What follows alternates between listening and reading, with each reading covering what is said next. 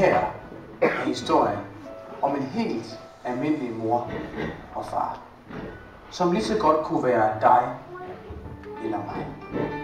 De blev gift og fik børn. De fik job og fik nok. Men der var stadig noget, de ikke kunne finde. Deres frihed, for eksempel, hvor den blev ren.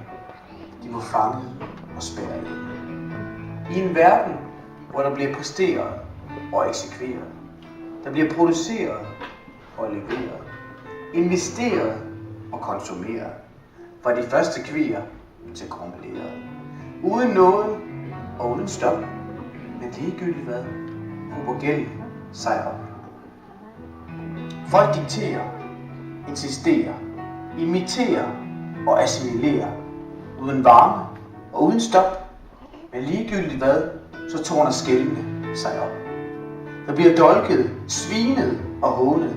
Med ord i gæld til op over lånet. Noget løst og selvretfærdigt. Spind med spillet til noget værdigt. I har ikke mere at trække fra. I kan lige så godt se, hvad I har. Der er ikke mere at trække fra. Så nu åbner I øjnene og ser, hvad I har. Jeres øjne ser noget, der minder jer om, hvor lidt I bruger jeres fantasi. I stedet for at grine, så gør I livet til det allermest umulige. For de voksne er sådan nogen, der siger, at det hele kører, mens det går i stå. De er sådan nogen, der giver endnu en drøm, en sofa at sove på. De trækker deres stol væk under bordet, hvor de har deres fod. De skal fandme ikke have nogen til at rode rundt i deres hoved. De er sådan nogen, der siger, det der, det kan sgu ikke holde mig vågen om natten. Men så er det lige præcis det, der ligger og holder dem vågen hele natten. Som en hund, efter en hund, efter en hund, efter en hund. I sin snor, i sin snor, i sin snor, i sin snor. Deres arme kan ikke nå. Deres ben har ikke flere skridt, og deres hjerte kan ikke tænke. Men sådan går det, når man vil styre sin båd helt alene i havnen. Når man vil stå der helt alene med sit navn. Alt i sin favn. Det koster. Voksne har brug for, at de indbyrdes sammenhænge og relationer i deres verden findes. Så alt imellem delene giver en helhed. Derfor er det nærliggende for børn at flygte ind i drømmenes land, som kan beskrives som en fantasiverden, hvor tomheden og magtesløsheden ikke findes. Børns drømme er deres, tit forhåbningsfulde, men ofte urealistiske forestillinger om, hvordan verden ser ud. En verden, som ikke tager udgangspunkt i virkelige forhold, og hvad der er praktisk gennemførligt, men til gode ser perspektiver, altså en bestemt måde at anskue eller opfatte noget på, hvad der i virkeligheden gør os lykkelige, og som i sidste ende er noget, der betyder noget for os. Her er 8 små historier med hver deres perspektiv på børns drømme og de forstyrrelser, de møder. Man bliver aldrig for gammel til at drømme. God fornøjelse.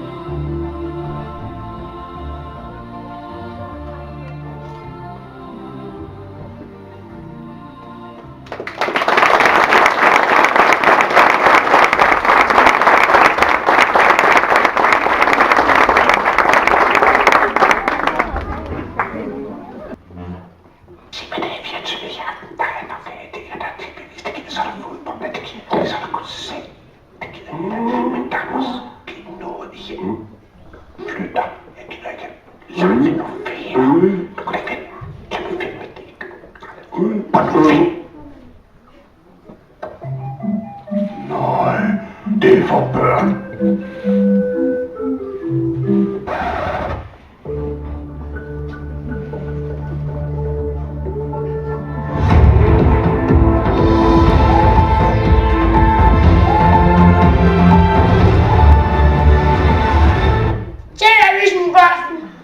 Vi er på børneudsendelsen med breaking news.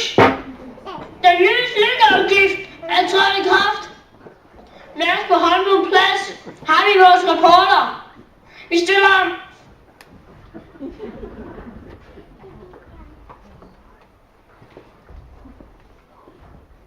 Ja, tak for det. Jeg står her på Højbro Plads. Alt er kaos. Børn fra hele Danmark er kommet hertil, fordi de er sure over den nye slikafgift, selvom der er slik mega dyrt. Oprørende råber og synger og kaster med brosten. De råber, gratis slik! Lad os lige se den der. Kameraet fik den vej. Gratis slik! Gratis slik! Gratis slik! Gratis slik! Gratis slik! Gratis slik! Gratis slik! Gratis slik! Er du det? Stoppatruljen og kan til undsætning. Bliver deres store slikstokke med og går til angreb mod oprørerne. Oprørerne gør modstand. Det minder om katten efter musen. Stakkels oprør. De har ikke en chance hos Stoppatruljen. Der er så meget kaos, at vi bliver nødt til at stille om. Tilbage til studiet.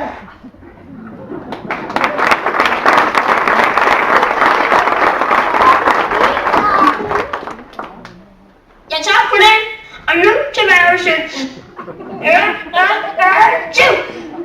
Ja, undskyld, jeg er lidt forkølet. Det må være rigtig dårligt vejr. I morgen der bliver det mega bare snevejr. Så meget sne, at skolerne lukker. Og desværre kan skolebussen ikke komme hen til børnene, før snevejret starter. For bussen er løbet tør for benzin. I overmorgen bliver det blæsevejr. Faktisk orkan. Det kommer til at blæse så meget, du kan se drager op. Vi passer på hat og briller. Og på mandag der bliver det solskin. Det bliver mega varmt. Så på med badebuksen. Og husk solcremen. Og så er det bare afsted til stranden.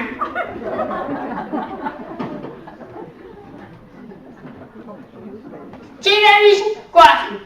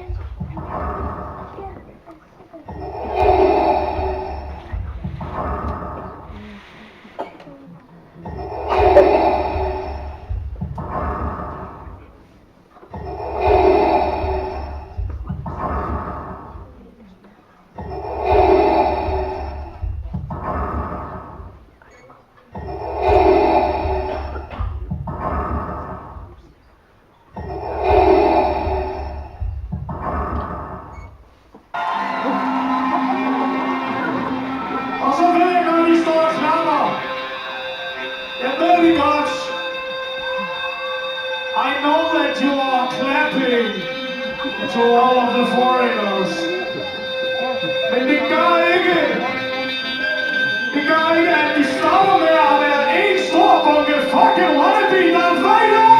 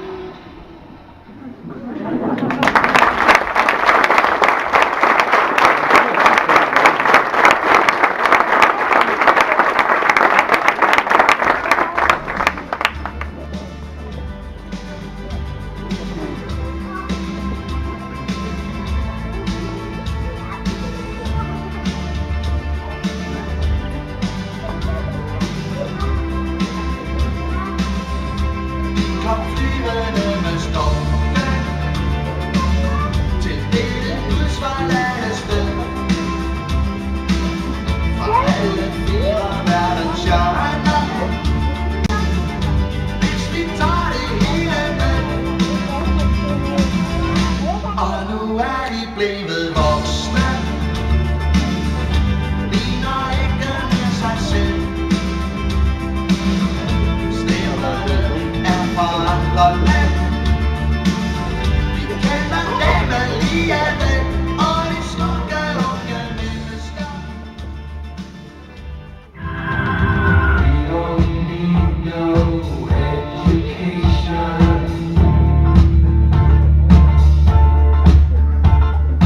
We don't need no thought control.